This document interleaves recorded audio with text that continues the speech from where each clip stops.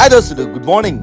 ఇలా మార్నింగ్ పూటనే నిమజ్జనం కోసం అని చెప్పేసి పెద్ద వినాయకుడు మన విజయ గణపతి దగ్గరికి వెళ్ళానండి. అక్కడ వెళ్ళేసరికి పాల ప్యాకెట్లు అందరు ఇస్తున్నారు, ఎందుకంటే వీళ్ళు పాలాభిషేకంతో నిమజ్జనం చేస్తారు. మన సంజు గారు లాస్ట్ టైం లాగానే పాలాభిషేకం, నీళ్ళాభిషేకం, పసుపు కుంకుమతో అభిషేకం చేసుకుని నిమజ్జనం చేయాలనే ఉద్దేశంతో అందరి దగ్గర కూడా పాల్గొనాలని చెప్పేసి ఈ ఉద్దేశంతోనే పాలు పెట్టారు. అప్పటికే ఫైర్ ఇంజన్ కూడా వచ్చేసింది. ప్రజలు కూడా చాలా మంది వచ్చారండి వీక్షించడానికి. అని ఈసారి లడ్డు వేలంలో రమేష్ గారు దక్కించుకున్నాడు 3 లక్షలు. తోడు లడ్డు వచ్చేసి గౌడ సురేష్ గారు తీసుకున్నారు. అలా అయిపోయిన తర్వాత కార్యక్రమాలంతా అయిపోయిన తర్వాత మంచిగా సంజు గారు అంతా దిష్టి తీశారండి. సో అందరు బాగుండాలని చెప్పేసి వినాయకుని ప్రార్థించి మళ్ళీ నెక్స్ట్ ఇయర్ రావయ్యా అని కోరుకుతూ అలా దిష్టి తీసి అలా పూజా కార్యక్రమం అయిపోయిన తర్వాత కలుషం కదిలించి అందరి మీద నీళ్లు చల్లారండి. చాలా మంది ప్రజలు ఈ నిమజ్జనానికి పాల్గొన్నారు. ఎంతో సంతోషం చూడగానే చాలా హ్యాపీ ఫీల్ అయ్యాను నేను. మళ్ళీ నెక్స్ట్ ఇయర్ మళ్ళీ వచ్చేదాకా మనం వెయిట్ చేయాల్సింది ఈ వినాయకుని. అలా పైకి వెళ్ళి అలా పూలాభిషేకంతో పాలాభిషేకంతో స్టార్ట్ చేశారు. ఆ కుంకుమ చూడండి ఎలా పడుతుందో, ఎంత కనుల విందుగా ఉందో. పసుపు కుంకుమతో అభిషేకం చేసిన తర్వాత